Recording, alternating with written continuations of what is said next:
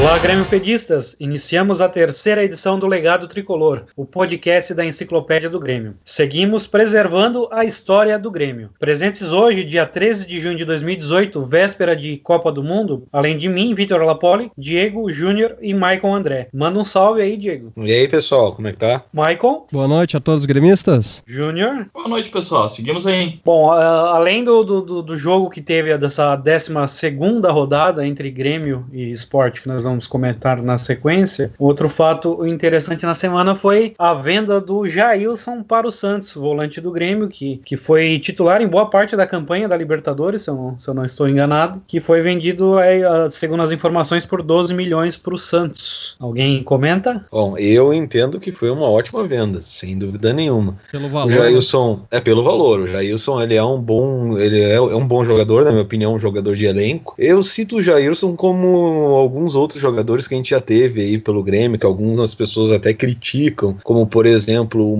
eu não sei se vocês lembram do Maílson, de alguns anos atrás. Lembro. Muita gente criticava o Maílson. Só que o Maílson era o cara do elenco, o cara que ficava ali, entrava, fazia gols, tanto é que fez bastante gols pelo Grêmio, né?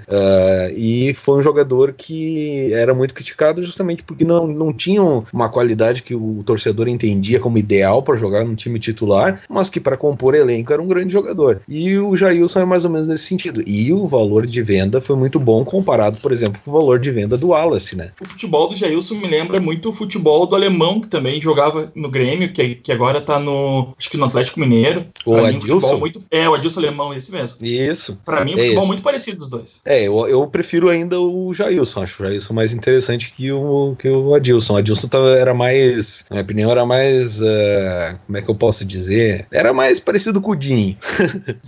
Eu já prefiro o Adilson, já era um jogador era titular importante do Grêmio naquela época que o Renato fez sua primeira passagem, então naquele time ideal que deu aquela arrancada que tal, não sei se ainda hoje mas eu acho que a do Corinthians passou questão de campanha num turno único, pelo menos até aquele momento, aquele segundo turno do Grêmio em 2010, foi o melhor turno de um time no brasileiro na história, então ele era um dos jogadores importantes daquele grupo ali, e aí depois foi vendido, se eu não me engano, pra Rússia, pra algum país de lá. Tem 3 momentos assim que me faz lembrar do Jailson no Grêmio. O primeiro momento foi aquele da final da Libertadores, o jogo tava 2-0 e ele fez um pênalti no segundo tempo e ele ficou bem indignado com aquele pênalti marcado ali, principalmente porque ele que tinha cometido, né? Mas eu senti uma indignação nele assim naquele pênalti que, puxa, o time tá ganhando, tá quase acabando, a gente vai ser campeão e eu vou lá e me faço um pênalti, né? Outro lance foi aquele da final do Mundial também, que ele que fez a falta no Cristiano Ronaldo, né? Aquilo ali também... mas o gol foi culpa do Bairro, vamos combinar. Não, com certeza, mas a falta foi com ele. Mas e o outro lance nesse último jogo aí da Libertadores contra o Monagas, que teve o pênalti no último lance e ele botou a bola embaixo do braço e ele que foi fazer a cobrança do pênalti e mostrou muita personalidade, inclusive, né, na cobrança do pênalti. O Jailson, ele estreou no Grêmio, se eu não me engano, contra a Chapecoense. E ele faz um pênalti, faz um lance por um gol também, na mesma partida. Se pegar como exemplo aqui que a gente tava falando do Adilson, né? O Adilson saiu do Grêmio por quase 3 milhões, né? De reais. Mas pra época, muita boa venda. Não, 3 milhões de reais. Nós estamos falando de 12, olha a diferença. A diferença é bem grande. Mas época é diferente. Teria que pegar a economia da época lá e fazer uma atualização. Mas mesmo se fizesse uma atualização, a diferença é muito grande, né? Mas o que eu digo, o que dá pra comparar na época é o tipo de diretoria, né? Porque o Grêmio só precisava chegar com um pacote de bala e vendia o jogador. E mercado interno, né? Eu achei muito estranho isso, sabe? Vender pro mercado interno esse jogador. Por um valor tão alto, né? O que me remete a alguns boatos que eu ouvi no início do ano, que o Lucas estaria voltando no meio da temporada. Seria uma boa, hein? Mas pro Grêmio não sei se tem espaço. Ele tá com que idade atualmente? Mas olha só, nós temos, se bem que pro ano que vem, talvez, mas mesmo assim, acho um pouco complicado. Olha, Diego, se o Cícero tem espaço, por que o Lucas não teria espaço no time do Grêmio? Temos que pensar que o Arthur tem 6 meses de casa só mais, né? Mas uma coisa que eu tava ouvindo hoje mesmo, e eu concordo plenamente, o Grêmio tem posições que realmente o Grêmio tem que correr atrás e buscar jogadores. Agora, volante, a gente forma volante. O Grêmio tem sempre alguém despontando na volância, na base do Grêmio. Mas eu vou ter que te recordar que o nosso volante reserva chama-se Caio. Não, eu sei, mas nós temos aí na base... quebrou, né, cara? Não, eu sei, mas eu digo assim, ó, nós temos na base bons jogadores. Eu acho que assim, ó, não tô dizendo que não seria uma boa contratação, é óbvio que é, mas eu digo, tem posições em que o Grêmio deveria investir muito mais do que a questão do volante, né? Contratar um volante da Europa, por exemplo, eu acho que não tem... Mas eu acho que ele viria a preço mais barato e ele viria pra se aposentar aqui já no Brasil. Eu acredito que ele até pode jogar em alto rendimento, mas uns 2 anos, 3 anos no máximo. Mas eu não sei se o custo dele seria vantagem. Eu, por exemplo, eu investiria muito mais em lateral do que em volante vindo da Europa, que eu sei que o custo não vai ser baixo. Ele terminou a temporada jogando de zagueiro, né? Sim, ele é bem... Daqui a pouco ele é um variável. Gilberto Silva, né? Veio pra nós, era meio campo, era zagueiro, era tudo ali. Daqui a pouco seria interessante nesse sentido, né? Pra ocupar outras posições e pra jogar em mais de uma... onde tiver necessidade, né? Mas eu digo assim, se for pra contratar, pra atuar como volante, sabendo da tradição que o Grêmio tem na posição, eu prefiro muito mais pegar esse dinheiro e investir em alguma outra posição que é carente, por exemplo, lateral, como eu sempre digo, que nas nossas laterais não considero que tá numa situação tão sofrível como alguns comentam, porque nós temos o Léo Moura e o Cortez, que são, na minha opinião, 2 bons laterais. Mas eu digo assim, para a questão de formar elenco e até para as próximas temporadas, a gente tem que pensar nisso, principalmente a direita, né? Sim, as laterais e reservas para os nossos zagueiros seriam prioridade, mas o Lucas tem toda aquela questão da identificação, provavelmente para encerrar a carreira. O Cícero já está nos últimos momentos, o Maicon vai oscilar em questão de regularidade, de presença nos jogos ainda mais. O Caio está muito longe de ser um jogador afirmado como estava o Jailson. O Michel até agora ainda não conseguiu se encaixar novamente. O Arthur já não é mais do Grêmio, então a gente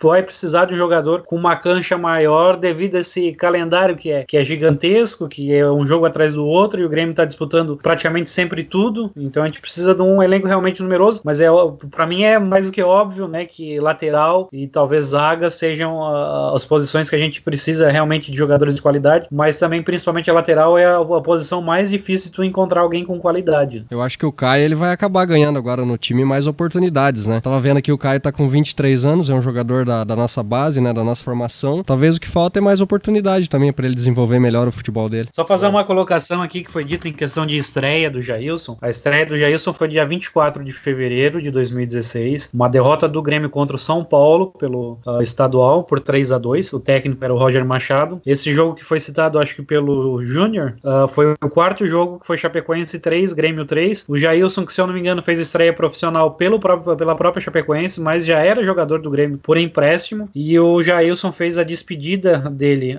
pelo Grêmio, que foi o jogo de número 103, na derrota do Grêmio contra o Palmeiras por 2-0, entrou no intervalo no lugar do Maicon. Então 103 jogos com a camisa do Grêmio, um bom número, e na maior parte dele ficou boa parte como titular e um bom tempo também como opção, né? Não era aquele titular absoluto. Até citando a questão da base que eu comentei, né, muito se fala do Victor Bobsin, não sei se as pessoas acompanham esse jogador muito se fala dele, né, inclusive se diz que quando o Arthur sair, ele tende a ocupar a vaga. É por isso que eu digo, a base do Grêmio produz, olha o que a gente vende. Se a gente pegar os maiores vendas da história do Grêmio, boa parte delas nós vamos ter ali jogadores da volância, acredito eu, justamente porque a gente produz bastante, e jogadores que na Europa fazem sucesso, geralmente na posição. Até citando um exemplo, se nós formos parar para analisar a questão do Caio, e por isso que eu digo que às vezes não dá, o jogador quando é muito novo, a gente tem que dar o tempo dele. Olha o que foi o Fernando no começo da atuação dele no Grêmio. Eu fui em jogos que o Fernando era vaiado por todo o estádio, e no fim das contas a gente saiu chorando quando foi vendido, né? Isso é clássico da torcida tricolor, né? É que na verdade a gente passou por muito trabalho, então assim, chega num ponto que a torcida do Grêmio ela perdeu a paciência. Não, mas ela perdeu a paciência, que agora ela tá buscando de novo, porque agora ela tá tranquila, nós somos campeões da América, campeão da Copa do Brasil. Se tá ganhando, a torcida fica tranquila, né? Não, mas eu acho que se o Grêmio ficar esse ano, por exemplo, sem ganhar nada, e o ano que vem, ainda assim a torcida vai relevar, porque o Grêmio conquistou bastante de títulos, o Grêmio tá numa situação boa, tá jogando os campeonatos em boas posições, né? O Grêmio não fez que nem o Internacional em 2007 lá, né? Que ganhou em 2006 e em 2007 foi eliminado na primeira fase da competição. É uma situação nesse sentido, né? Por analisar. Eu acho bem legal quando vocês falam no nome Lucas Leiva. O Lucas Leiva, o Júnior citou ali, não sei se todos chegaram a pegar, que ele tá com 31 anos de idade apenas. Eu não sei o que parece vocês que é pensam com mais, relação... Né? Parece que é mais, porque ele jogou no Grêmio que 2005, 2006, né? 5. Ele estreou em 2005. Até 2007. Agora tem que ver a questão do desgaste na posição, né? No sentido de que nós temos o Léo Moura, por exemplo, que é um lateral, que tá com 38,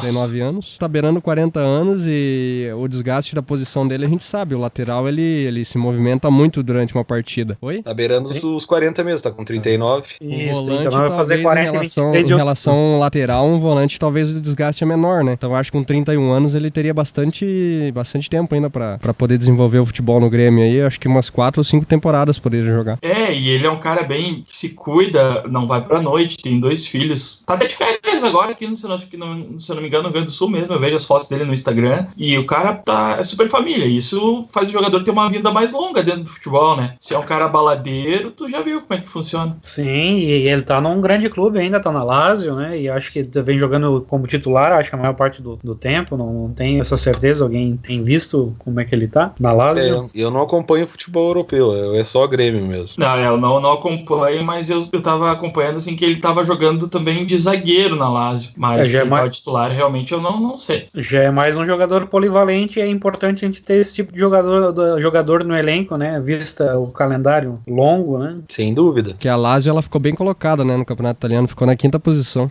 Mas não foi pra Champions, né? Não, na última rodada perdeu a vaga pra Inter. Segundo o Gol, na temporada 2017 de 2018, que terminou agora, ele fez 50 jogos e 4 gols. 50 jogos é muito jogo. Muito, jogou a temporada toda na Europa. Sim. Padel Europa, 50 jogos é muito jogo. Ele foi contratado com uma ideia de titularidade. Ele foi uma boa contratação da Lazio, não foi pra compor elenco, até onde eu sei. E desses 50 jogos, ele teria feito 47 como titular. Nossa, titularíssimo. Sim, então um jogador que, se não vier ganhando horrores, né, um jogador que tem a importância aquela questão de vestiário, questão de experiência, tem toda uma série de fatores que levam a ser uma boa contratação caso o Grêmio não faça uma loucura financeira. Que não vai fazer, óbvio, essa direção é muito consciente nesse sentido. Vamos falar do jogaço da noite, Sport e Grêmio?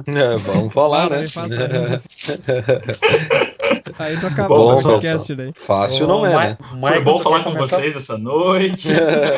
Até mais, tô indo. Quer começar falando dos números do confronto, Maicon? O Grêmio jogou com o Sport hoje, o jogo número 49 foi um empate 14. São 24 vitórias, 14 empates, 11 derrotas. Em campeonatos brasileiros, Victor, foi o jogo 42, o 11º empate. Eu queria destacar com relação ao confronto que o Grêmio não tá muito fácil a vida do Grêmio quando joga com o Sport na Ilha do Retiro. Já é o 5º jogo e são 2 empates e 3 derrotas nos últimos 5 confrontos. Na Ilha do Retiro também, no geral, o retrospecto do Grêmio não é muito bom. São 4 jogos que o Grêmio venceu apenas em 20 disputados. O confronto anterior, né, do Grêmio no ano passado, no Brasileiro, na Arena, foi com um placar elástico, né? Sim, o Grêmio venceu ano passado no dia 2 de setembro. 2 de setembro, que é uma data bem interessante.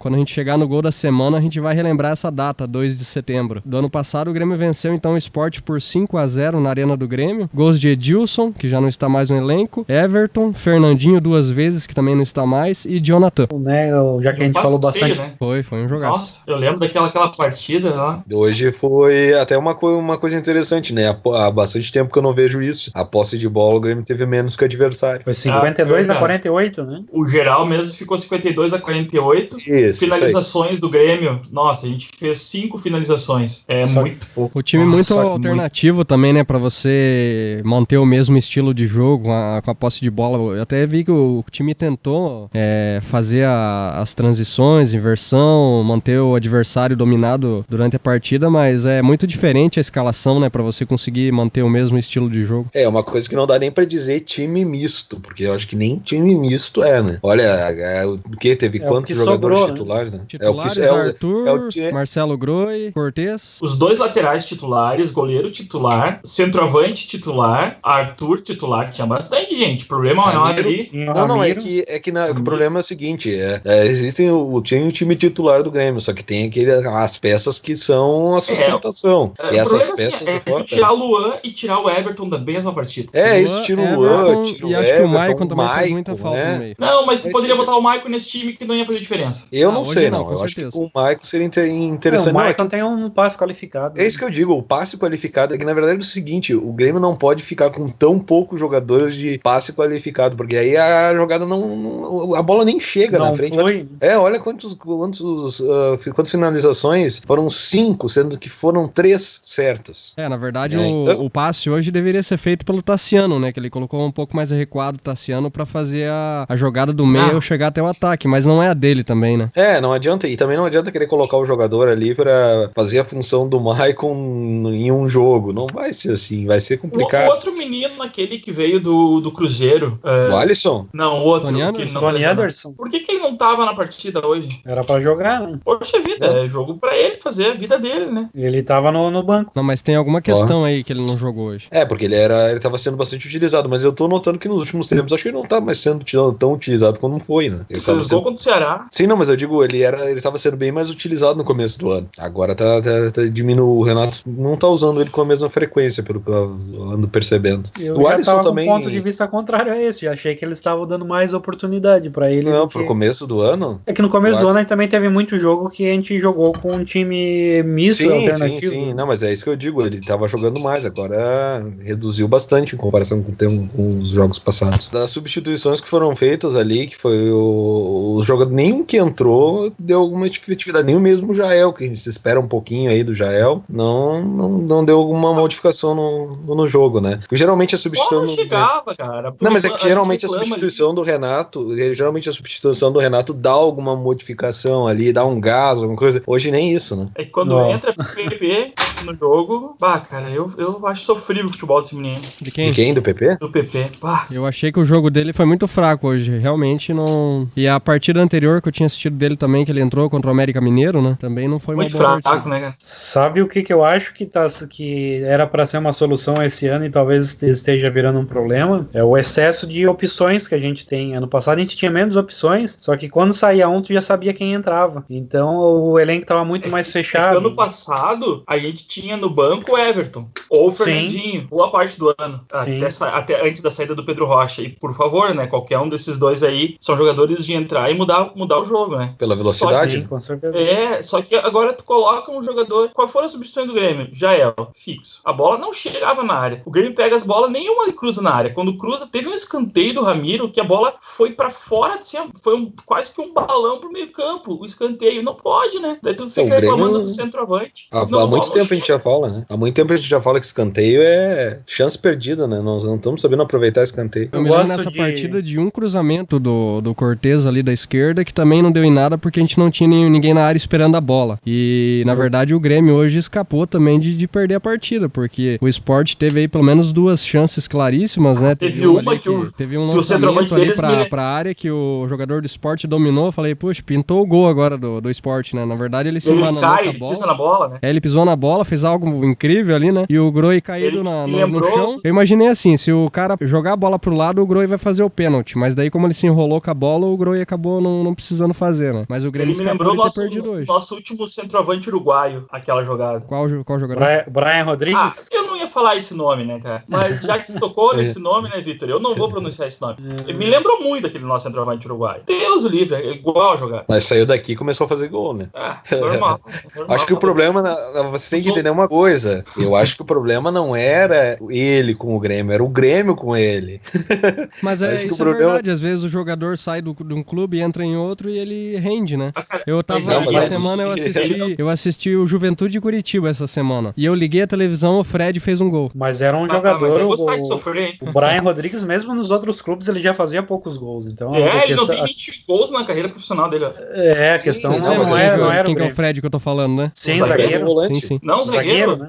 Zagueiro. Zagueiro batedor de falta. Zagueiro que bate falta. Teve um do pessoal que nos segue no YouTube que sugeriu que o Grêmio deveria ter mais jogadas de escanteio, faltas, e quando eu vi o Fred fez um gol de falta, né? Fiquei pensando, poxa, a gente precisa ter alternativas no time pra cobrar falta. Quem que bate falta no time? Luan, o Maicon bate falta, Mas pega os números de falta desse ano, quantos gols a gente fez de falta, que se tu somar 2016 e 17 não chega tanto. Pode fazer a conta de qualquer time de qualquer lugar do mundo, vai ser sempre pouco. Se tu for pegar em questão de gol de escanteio, provindo de escanteio e de falta, é um número tão irrisório que não vale nenhum clube se preocupar com isso. Mas assim, de cabeça eu me lembro de 3 gols de falta esse ano. Eu acho que o escanteio é importante. Do Ramiro, o do Capitão Maicon, só aí já são 3. E o escanteio, principalmente para fim de jogo, às vezes, é isso que eu digo. Então, assim, o escanteio ele tem que ser cobrado com mais qualidade. E outra coisa, o nosso problema também, se a gente for para analisar, não tinha o que fazer, mas é um problema. Foi sair o Edilson, né? Porque o Edilson era um baita de um cobrador de falta, né? Era um jogador que tinha uma cobrança de falta diferenciada de quem está no elenco hoje. Não, isso que eu digo, uma cobrança forte. É que nem eu digo, se a gente for analisar, a maioria é tudo colocado, né? Ele dava uma pancada dele lá e às vezes conseguia guardar. Fez escola, o Ramiro bate assim agora. Mas não é a mesma coisa. Não compara. Não tem como comparar. Você tem que pensar em falta, que tem a falta de perto e a de longe, né? Eu acho que o do Ramiro é de longe, né? De próximo, acho que tem que ser o Maicon, tem que ser o Luan, que bate mais colocado, os dois. O Arthur, esses dias, bateu uma muito bem batida. O Arthur tava fazendo muitos gols, né? Agora, o Arthur tava fazendo bastante gol, agora tá meio apagado, não sei. A questão principalmente de gols, né? Tava indo muito à frente e arriscava, agora eu não tô vendo mais isso nele até, inclusive. Terminou a rodada, o Grêmio tá em quinto. Que bom. Tá bom, falamos tudo sobre a rodada. Acho que acabamos de falar tudo sobre a rodada. Deixa eu fazer um resumo do que eu penso que tá acontecendo com o Grêmio. Tem outras coisas que eu penso também que eu não vou citar, mas é porque assim, o Grêmio já começou uma pré-temporada diferente de todo mundo por causa do Mundial. E todas essas questões de lesões, talvez muito tenha a ver com isso, mas isso tem muito atrapalhado a gente no rendimento, num geral, dentro do Campeonato Brasileiro, porque Copa do Brasil e Libertadores a gente tá indo muito bem, não tem muito o que melhorar. E aí agora a gente vai ver nos mata-matas. Então, como também tem muito essa troca de jogador, muito jogador no elenco, aí tem que colocar esse, colocar aquele outro. Então, até tu acertar toda essa mecânica de jogo pra fazer gol, isso é complicado, isso demanda tempo e etc. Mas quando o Grêmio tá com o time principal, ele até consegue ter um desempenho melhor, apesar que teve aqueles jogos que não fez gol. Mas assim, num geral, a gente ainda tá muito bem. E a gente também tem uma questão que eu acho que é extremamente positiva, que a gente tem tomado muito pouco gol. Então, se a gente pegar aqueles nossos piores momentos do ano passado e comparar com os piores momentos deste ano, os piores momentos desse ano estão bem melhores que os piores momentos do ano passado. O jogo assim que eu acho que foi assim mais destoou foi o jogo contra o Palmeiras, porque apesar que foi um dos times mais fortes que a gente enfrentou, mas a gente tomou 2-0 em casa. Então, aquele empatar 0-0 independente da grandeza do time era bem normal ano passado. Então, eu acho que num geral a gente tem tudo para melhorar em muito nessa parada de Copa, né, com uma preparação melhor, já que a gente não teve toda uma preparação ideal no início do ano. Então, acho que o Grêmio tem muito boas chances de conseguir conquistar um título, não devemos perder ninguém agora. Então, acho que uma Copa do Brasil, uma Libertadores, ou quem sabe por que não o brasileiro, né, 7 pontos pro Flamengo, o Flamengo com 27, que empatou com o Palmeiras, e a gente com 20. Tem os 2 confrontos ainda com o Flamengo, se ganhar os 2 já fica 1 ponto só de diferença. Então, acho que são situações que extremamente dentro da normalidade, no meu ponto de vista. Perdemos o jogo pro Palmeiras e na classificação a gente ainda terminou na frente deles, né? Então acho que o principal realmente é assimilar uma derrota, mas pensar também que o Palmeiras é um time que vai estar brigando por esse título e talvez, pelo menos na minha opinião, é o time mais qualificado que tem no campeonato junto com o Grêmio. Isso que o Michael ia falar, até eu ia comentar de algumas situações, por exemplo, nós estamos na frente do Palmeiras e do Cruzeiro, citando 2, né?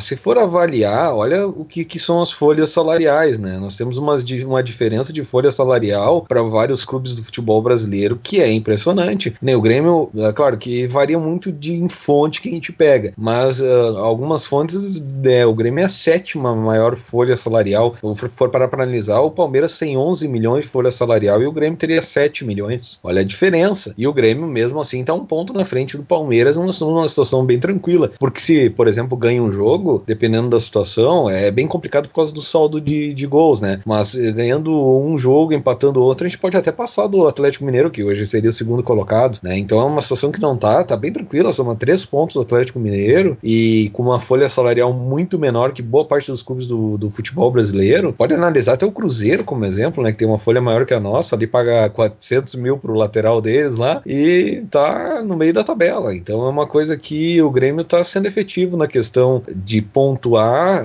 fora de casa, e isso tá ajudando bastante, porque dentro de casa a situação tá um pouco complicada, né? Dos empates e da retranca e tudo mais. Agora eu vou dizer uma coisa que eu tô analisando agora aqui, a tabela do Brasileiro, que pode ser que o mundo realmente acabe esse ano, né? Porque pelo que se desenha aí o resto do ano, nós temos um grande candidato ao título, que é o Atlético Mineiro, e ele nunca ganhou nenhum campeonato, né? O Atlético pode Mineiro acabar tem uns dados bem interessantes, Júnior. O Atlético Mineiro, ele fez 24 gols, é o melhor ataque do campeonato, e ele tem o artilheiro, né? O artilheiro Roger Guedes fez 9 gols, com mais um gol que ele fez hoje. E eles não tem mais nenhum campeonato, né, cara? Não, só vai disputar Júnior, o não seja injusto com o Atlético Mineiro, eles são bicampeões da Copa Conmebol. Da Conmebol, né?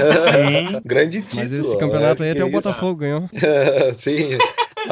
A Copa Conmebol chegou a ser o terceiro nível do futebol sul-americano em determinados períodos. É aquelas Copas que a Conmebol gosta de criar, né? E depois não dá prosseguimento. Não leva adiante. Dá pra deixar essas cornetinhas. Mas era a sul-americana da época. Ah, claro. Por que não? Senão os botafoguenses não vão querer ouvir mais.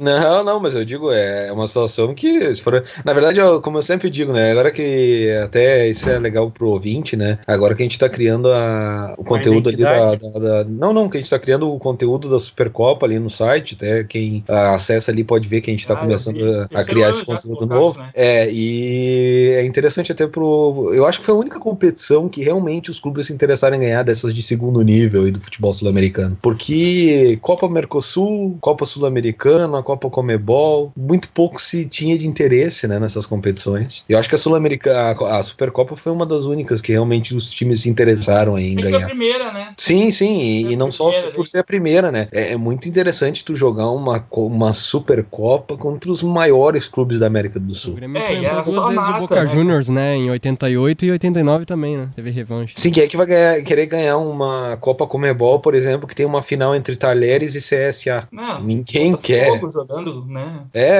O próprio Lanús, assim, que vamos combinar, também não tinha tradição. O Rosário Central, que é um time médio para pequeno lá na Argentina. Se for para analisar, vários clubes que ganharam, que chegaram em finais, não eram clubes importantes. Realmente, a Supercopa foi um grande sucesso. Ela durou, acho que ela teve umas 10 edições, né, Diego? Tu que tá mais por dentro. Eu acho que foram 11, eu não tenho certeza. Porque, de 88 ela foi a 97. É isso aí, ela teve menos edições, é verdade, 88 a 97. Mas foi uma competição, se tu for parar pra analisar, que só quem ganhou foram grandes clubes, né? E na verdade só participava grandes clubes, porque até aquela época só grandes clubes ganhavam a Libertadores, né? Não é que nem hoje em dia que tem alguns clubes aí que conseguiram a façanha. Tem até duas.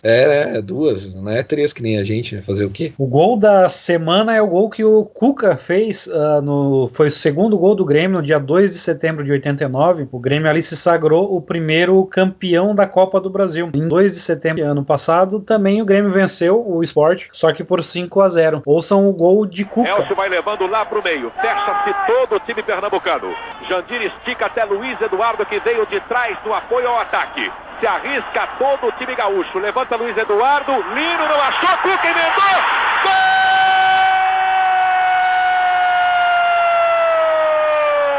Cuca!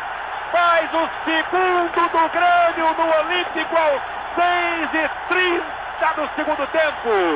A bola passa pelo Lino, mas não passa pelo Cuca, que enche o pé para vencer Rafael. Explode a galera.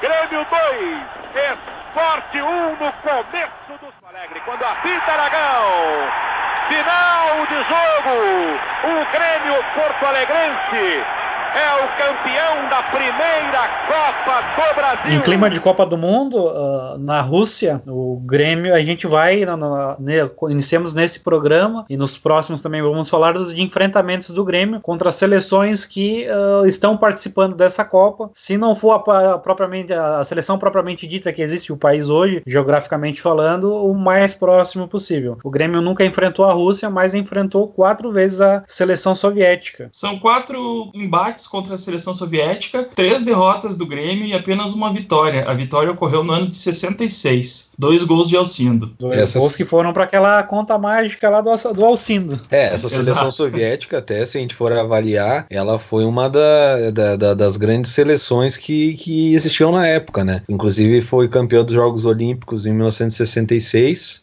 56 na verdade, e teve um dos goleiros que foi, se não o maior, um dos maiores da história, que foi o Yashin, né? E os enfrentamentos foram todos na década de 60, né? Primeiro em 61 e o último em 66. Desses enfrentamentos o Grêmio fez excursão pela Europa, né? E no período ali dos anos 60, foi 61 e 62 que o Grêmio fez a excursão, e aí jogou em 61 contra a União Soviética e teve um placar muito bom, que foi um 2-0, né? Que uma derrota que sofreu de 2-0, mas que pra época foi muito importante, porque aquela seleção era muito forte. É que na verdade, se for para analisar, ela pegava além dos jogadores da Rússia e de todos os países envolvidos, tinha em específico a Ucrânia, né? Que também foi uma escola forte com o Dínamo e tudo mais, até. Sim. O Dínamo até hoje é respeitadíssimo na Europa. E teve toda essa situação aí que foi considerado à época um resultado muito importante. Aí em 62 jogou mais 2 jogos, e em 66 veio a nossa vitória quando eles vieram aqui no Brasil enfrentar o Grêmio no Olímpico. Em 62 acho que era a preparação deles para a Copa do Mundo, será que não? Porque é o mesmo ano da Copa, eu não me recordo onde foi essa Copa. Possivelmente foi 62? Foi no Chile, né? 62 Olha foi no Chile. Foi a o maior título. O maior título deles foi uma Eurocopa em 60. Aí ganharam a Eurocopa em 60, 61, quando enfrentaram o Grêmio como campeão da Europa, né? Na época. E o Grêmio só tomou 2-0 de uma seleção, praticamente um continente, né? Porque a União Soviética era muito mais que muitos continentes. Tem um fato sobre a equipe da União Soviética que veio enfrentar o Grêmio em 66 no Olímpico, né? Para retribuir também a excursão que o Grêmio tinha feito no início dos anos 60. Tem um jogador da União Soviética que é o Zaturri, e ele é um jogador, na verdade, que tinha nacionalidade espanhola e jogava pela seleção somente partidas amistosas, porque ele nunca se naturalizou, então somente amistosos ele participava, em partidas oficiais não. Legal a informação que trouxe, muito bacana. Sobre as seleções que o Grêmio enfrentou, claro que a gente vai falar isso em outros podcasts, né? Mas o Grêmio já enfrentou 19 seleções de nações, né? Países. Talvez a gente poderia tirar só a seleção brasileira propriamente dita, porque a gente tem 2 confrontos contra eles. São 2 jogos treinos, né? E um desses jogos treinos, inclusive, foi a dupla Grenal, que fez um combinado para enfrentar o Brasil. Eu vou dizer para você o que eu tenho aqui, bem rapidinho. Argélia, Argentina, Bolívia, Bulgária, Costa Rica, Grécia, Guatemala, Hungria, Nigéria, Romênia, Tailândia, União Soviética, El Salvador, Honduras, Brasil, Irã, México, Peru e Uruguai. Na página dos jogos do Grêmio contra as seleções tem 19 também. 19 páginas, não 19 seleções. Não, 19 seleções. Eu tiraria no caso o Brasil ali por ser jogo treino. Tirando mas o Brasil. As outras são jogos contra as seleções principais, né? Sim, 18. Aí com o Brasil 19. A seleção brasileira não tá nessa lista? Não, tá nessa lista. Conta de 19. Então, daí pra complementar o que eu tava falando é o seguinte, na verdade assim, os jogos que se tem material sobre o Grêmio hoje na internet, que inclusive a gente tá com o projeto aí, o Grêmio Goals, né? Já fazendo o merchan. Um dos projetos aí da Grêmio Pede é o Grêmio Goals, que tá fazendo um acervo de gols do Grêmio a partir de 1971, quando começou o Campeonato Brasileiro, né? Chamado de Campeonato Brasileiro. Então nós temos materiais a partir desse ano. O Grêmio enfrentou diversas seleções a partir dos anos 70, e o único jogo que eu encontrei na internet, no YouTube ali, referente a Grêmio versus seleções, foi um jogo contra a Argélia, que o Grêmio fez um jogo contra a Argélia em 1984. Mas se a gente pegar, o Grêmio enfrentou, por exemplo, aqui, só para dar de exemplo para vocês, o Grêmio enfrentou o Peru em 82, 85 2 vezes, nós enfrentamos a Tailândia em 94, nós enfrentamos Honduras também nos anos 90, foi em 1992, 2 partidas. Todas as partidas que eu tô citando tem gols nas partidas, e nós não temos material ainda sobre esses enfrentamentos contra as seleções. Então fica também uma dica aí pro nosso ouvinte que puder nos ajudar com materiais referente a vídeos, algum VHS que você tenha da época, se nós não conseguiríamos encontrar esses jogos do Grêmio que são tão interessantes, né, contra as seleções nacionais. Seria um material Qual bem é a seleção que tu disse que tem? Nós temos apenas contra a Argélia, e inclusive a narração não é brasileira, é uma narração estrangeira, um gol do Tarcísio, nós ganhamos de 1-0 em 84. Tem contra o Irã também, Irã. a gente perdeu, 2-0, né? E só tem um dos gols da partida também. Que um teve. dos jogos que eu encontrei, daí é contra clubes, né? Foi contra o SK Rostov, que também é interessante por falar porque Rostov é uma das cidades, inclusive, sedes aí da Copa do Mundo, né? Muito legal. Com o início da Copa, o Grêmio agora tem mais de um mês, aí 34 dias de preparação, de recuperar jogadores para lesão e até, quem sabe, disputar alguns amistosos. Diz o que tu pensa disso, Diego? Não é fácil, né, pessoal? Na verdade, a questão dos amistosos tem uma informação interessante. A princípio, o Grêmio tem um amistoso, tá encaminhado para ser com o Corinthians. E também tem aquela questão do amistoso com o Nacional do Uruguai para a inauguração do estádio deles, né? O que eu acho é que se o Grêmio tá poupando nas competições que realmente importa, vai fazer o que? Amistoso agora na intertemporada? Preserva o time para ter uma condição de voltar para uma Libertadores, para os jogos decisivos, porque vai jogar contra quem? Contra Estudiantes de La Plata, que não é fácil, vai jogar contra Flamengo, que não é fácil, vai jogar um Campeonato Brasileiro que tá uma questão um pouco complicada ali de não conseguir furar retranca, de não conseguir marcar pontos dentro de casa, inclusive, e aí vai utilizar o tempo que poderia ser para recuperação para jogar amistoso com o Corinthians. Eu acho que não tem nenhum cabimento, não tem lógica nenhuma fazer isso. E, inclusive, sair daqui do Rio Grande do Sul para ir jogar no Mato Grosso, né? É uma situação um pouco complicada. Deixa eu colocar meu ponto de vista em relação a isso. Para quem não sabe, eu tô no 4º ano de Educação Física Bacharelado, então lá no curso a gente estuda fisiologia, treinamento desportivo, entre uma série de outros assuntos que tem a ver com essas questões do Grêmio de poupar ou não poupar. Um técnico, um preparador físico, um fisiologista, todos esses profissionais, quando eles vão dizer se pode jogar, se não pode, o que deve fazer, o que não deve fazer, eles traçam qual que é a competição mais importante, qual que é o momento mais importante desta competição. Eles veem todas essas condições. Por quê? Porque o jogador, no ciclo dele de aproveitamento técnico e físico, ele tem momentos que ele vai ter um pico maior e um pico menor. Então não é uma coisa regular. Isso aí, regularidade para um atleta de alto rendimento é uma coisa que pode esquecer que tem que ser um jogador muito fora da média, coisa para Cristiano Ronaldo, coisa para Messi, etc. Para se manter durante toda uma temporada no mesmo nível. Então isso é muito fora da curva. Então o que se pensa? Qual que é a competição mais importante? Geralmente o Grêmio diz que é a Libertadores. Ou talvez depois a Copa do Brasil e depois o Brasileiro. Pela configuração do Grêmio em uma série de questões, né, no geral. Então, por que o Grêmio tá poupando agora Luan, tá poupando Everton, tá poupando Kahneman? É porque tem o seguinte, a visão do Grêmio quando chegar na época para valer da Libertadores, esses jogadores eles têm que estar no melhor momento do ano. E esse melhor momento do ano só dá para manter ali por no máximo um mês. Então, por isso que o Grêmio agora tá fazendo todo esse rodízio de jogadores, porque eles sabem que tem que se respeitar isso, senão tu perde jogador às vezes por 6 meses, ou perde por um mês, que é mais provável, quando nessas questões de poupar, é mais provável tu ter lesão muscular do que ter outro tipo de lesão. Então, focando na questão do amistoso, o Grêmio vai fazer amistoso, e aí quando valia, poupava, e agora vai fazer amistoso. Bom, primeiro que a gente não sabe quem vai jogar, segundo que um amistoso, a força, o empenho, vão tirar o pé para jogar, a intensidade que tu vai jogar é completamente diferente. Segundo que, se o Grêmio passa um mês sem ter nenhum jogo, quando ele voltar ele não vai ter o ritmo de jogo, que é algo que também é importante. Então, se a gente vai ter um amistoso ainda é pouco, a gente teria que ter pelo menos aí de 3 a 4 amistosos para se manter o ritmo de jogo, e o Grêmio tem um elenco numeroso, a gente não sabe também quem vai jogar, e o Corinthians já deixou de ser aquele bicho papão. Só para completar a tua informação ali, o Grêmio e o Corinthians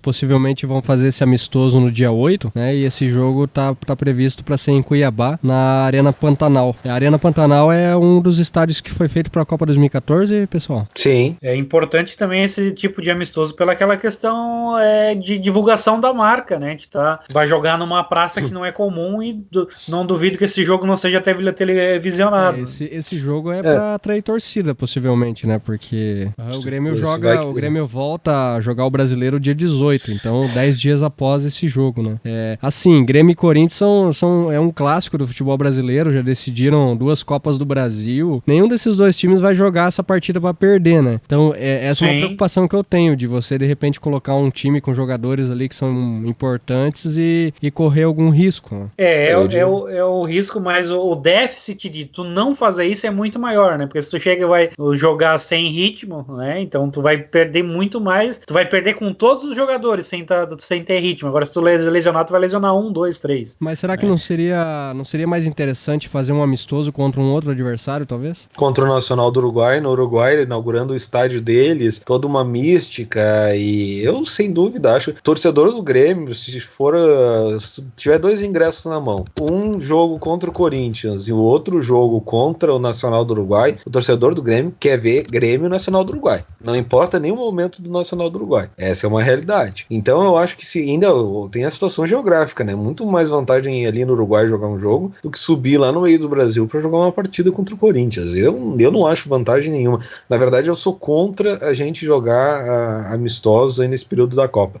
Vai jogar ali contra o sindicato, faz um treinamento para tentar não perder o ritmo, mas jogar competição, poupar nas competições importantes e depois passar um mês fazendo amistosos, que seja 1 ou 2, eu não vejo vantagem nenhuma. Acho que, na verdade, era muito mais interessante dar um gás agora no final do Campeonato Brasileiro e depois tirar um período mais longo de férias, até porque o time do Grêmio não teve férias, do que fazer essa loucura aí de ir pro meio do mapa da América do Sul para jogar com um amistoso contra o Corinthians. Agora, sobre o calendário do Grêmio ali, o Grêmio voltando após a parada da Copa. Após a parada da Copa, o Grêmio tem 4 partidas pelo Campeonato Brasileiro. O Grêmio joga com o Atlético Mineiro, Vasco, São Paulo e Chapecoense. E daí depois começa essa maratona que a gente já citou aí. Começa a Copa do Brasil e na outra semana a Libertadores. Então a gente vai ter pelo caminho adversários difíceis, né? Mas nesse meio tempo a gente tem 4 jogos de Brasileirão ainda. Esses jogos aí a gente já usa pra recuperar um pouco o ritmo, né? Na verdade, também, qual era o dia do amistoso do Corinthians a princípio? Dia 8 de julho. 8 de julho.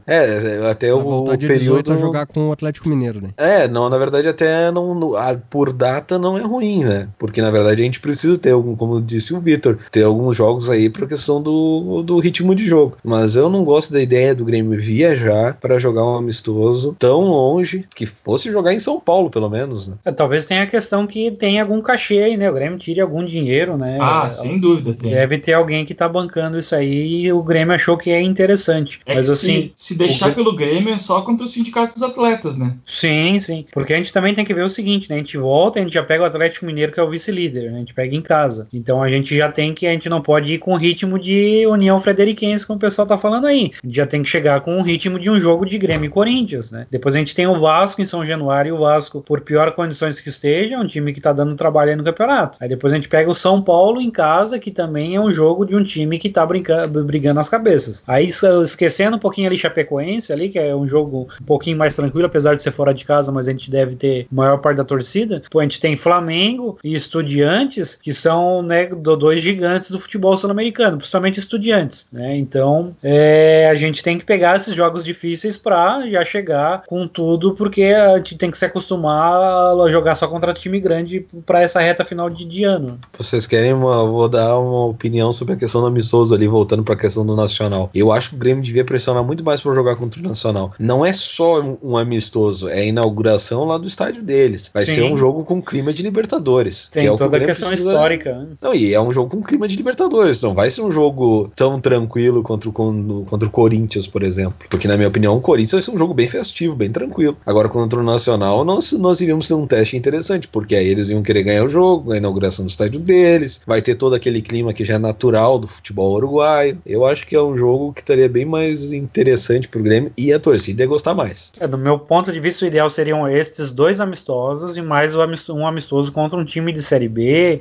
ou um time de Série A ali de mais de meio para baixo da tabela. Eu acho que 3 amistosos nesse período eu acho que seria o ideal. Mas daí jogo treino, né, Victor? Daí talvez, né? Pode ser também, mas aí tem aquela questão, tem a questão de ser mais pegado, né? E tipo, tu não precisa jogar sempre com os titulares. Faz o primeiro com o terceiro time, o segundo com o time reserva. E contra o Corinthians tu joga, no caso contra o Nacional tu faria o melhor time também, mas aí contra o Corinthians tu faz um misto, assim. Alguns jogadores põe Michel pra jogar, põe Madison pra jogar, põe Tony Anderson de titular, põe Lima de titular. Até pra testar também agora a ausência do Jailson, né? Já tem que colocar Exato, então o Grêmio, assim, ó, a gente tá com a questão de defesa, independente de quem tá jogando, a gente não tá tomando gol, a gente tá tomando muito poucos gols, independente de quem tá jogando. E a gente tá com um grande problema de mecânica de jogo no ataque. Então, se a gente for fazer apenas jogos treinos, a gente não vai conseguir resolver isso aí. Porque uma coisa é tu fazer o jogo treino, outra coisa é tu fazer o coletivo, que é uma dinâmica completamente diferente. Outra é tu jogar um amistoso contra times que não querem perder, que é o caso do Corinthians, que vão dar toda a dificuldade pro Grêmio de fazer gol. Então ali, quem sabe, numa ou outra partida dessa, a gente consiga encontrar uma solução, ou pelo menos chegar mais próximo disso, né, que é o problema que o Grêmio tá tendo de fazer gol. Nas últimas 10 partidas, o Grêmio sofreu apenas 3 gols ali. Os 2 contra o Palmeiras e aquele gol contra o Monagas. 10 partidas, 3 gols.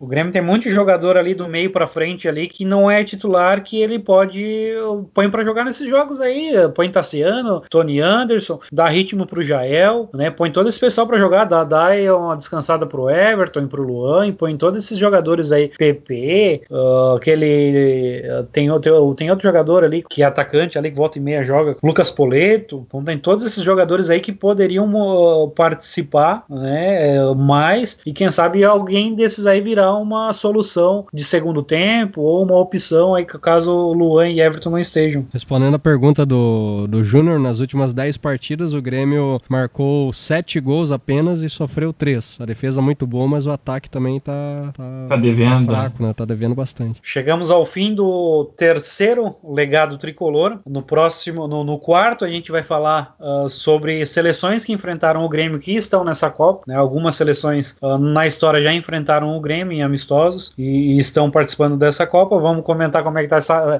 essa Copa do Mundo no geral, porque é assunto de todos que gostam de futebol. E eu queria saber, pro pessoal se despedir aí, porque eu sei que nem todos que estão aqui vão torcer pro Brasil nessa Copa. Então eu quero saber quem vai torcer pro Brasil e quem não vai. Pode começar por ti, Diego?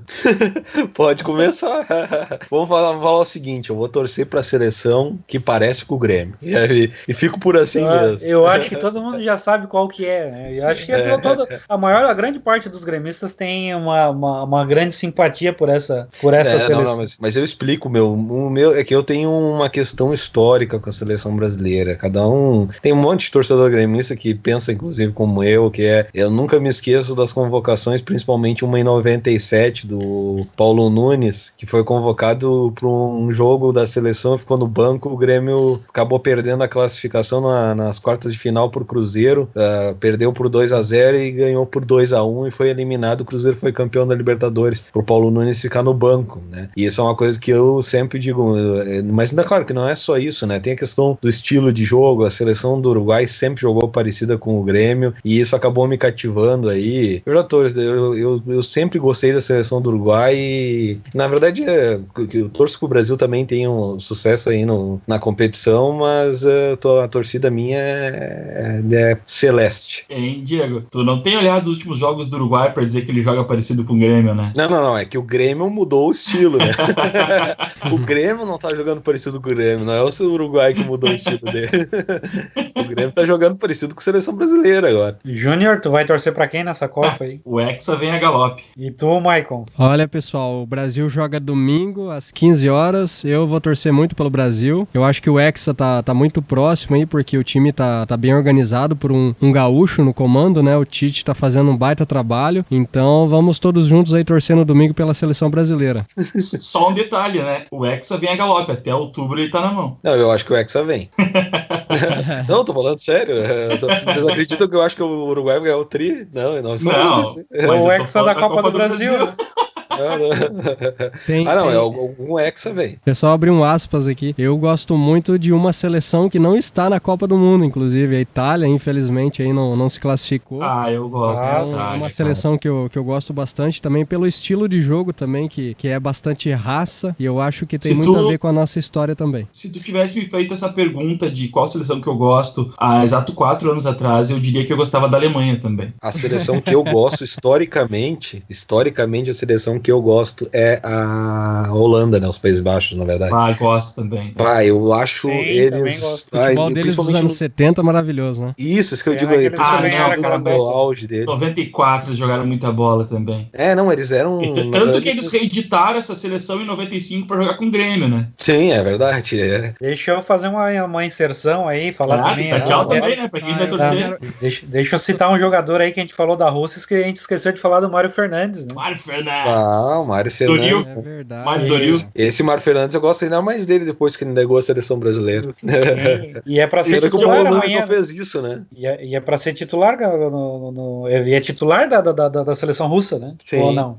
Depois que ele lesionou, não sei se ele voltou como titular. O Mário Fernandes, ele tem algo interessante com ele, que ele jogou pela seleção brasileira, inclusive ele foi campeão, né, do Super Clássico das Américas, e ele tá jogando por outra seleção hoje, né? Que não era data FIFA, né? Daí se fosse data FIFA ele não poderia tá jogando pela Rússia. Eu queria fazer um comentário ali sobre a Copa do Mundo, só que eu acho que uma das seleções que talvez não estão falando tanto, eu acho que vai ter um certo destaque na Copa, e isso aqui vai ficar gravado pra mim não poder editar depois, hein? Eu acho que é a França. A França talvez aí com o Mbappé, eu acho que é um jogador que vai ter destaque nessa Copa. E eu tô achando torcer pro Egito. Não, eu tô achando essa Copa muito pro Brasil. É que o momento do Brasil, ele tá ideal pra ganhar a competição. Eles chegaram no auge, né? Eles estão no auge nesse momento. E as outras seleções eu vejo que meio que decaíram, assim, na questão de qualidade. Não estão no auge que o Brasil tá. A Alemanha, inclusive, as forçadas do Neymar agora foram... França também. A França também é outra seleção que também não... Eles estavam em alta, a gente até tinha dúvida ali, a Alemanha vem forte, a França também, tem gente que fala da Bélgica até, e eu digo assim, mas o Brasil chegou num momento ali que eu acho que eles estão no auge deles. Claro que um jogo é um jogo, mas eu acho que tá tudo encaminhado para a seleção brasileira. Bom, finalizando, eu vou deixar minha torcida também pro Brasil, é a minha primeira seleção em termos de torcida, mas eu também vou torcer para todas as outras sul-americanas, com exceção da Argentina, obviamente, né? Mas minha torcida aí para todas as seleções sul-americanas. E em 2026, né, a gente vai ter uma Copa do Mundo nas Américas, né? México, Estados Unidos e Canadá. O Brasil queria que fosse no Marrocos, né? Eu também queria que fosse. Eu também queria que fosse pela aquela questão de rodízio de continentes, né? Que foi acordado em um momento e depois se deixou de lado. Eu acho que os Estados Unidos sediar novamente poderia ter ficado por um outro momento. E né? o México mesmo, que também já vai ser a terceira Copa no México, né? Sim. Aí que o Canadá, que é uma surpresa. Eu acho que o Canadá poderia ser, por que não, em 2030 a única, né? A seleção, não, o único país sede. 2030 tem que ser Uruguai e Argentina, como tá programado. Poderia ser também, seria uma ótima escolha. Então é isso aí, pessoal. Um abraço aí pra todo mundo, até o próximo podcast. Esse foi o Legado Tricolor. Abraço. Até mais.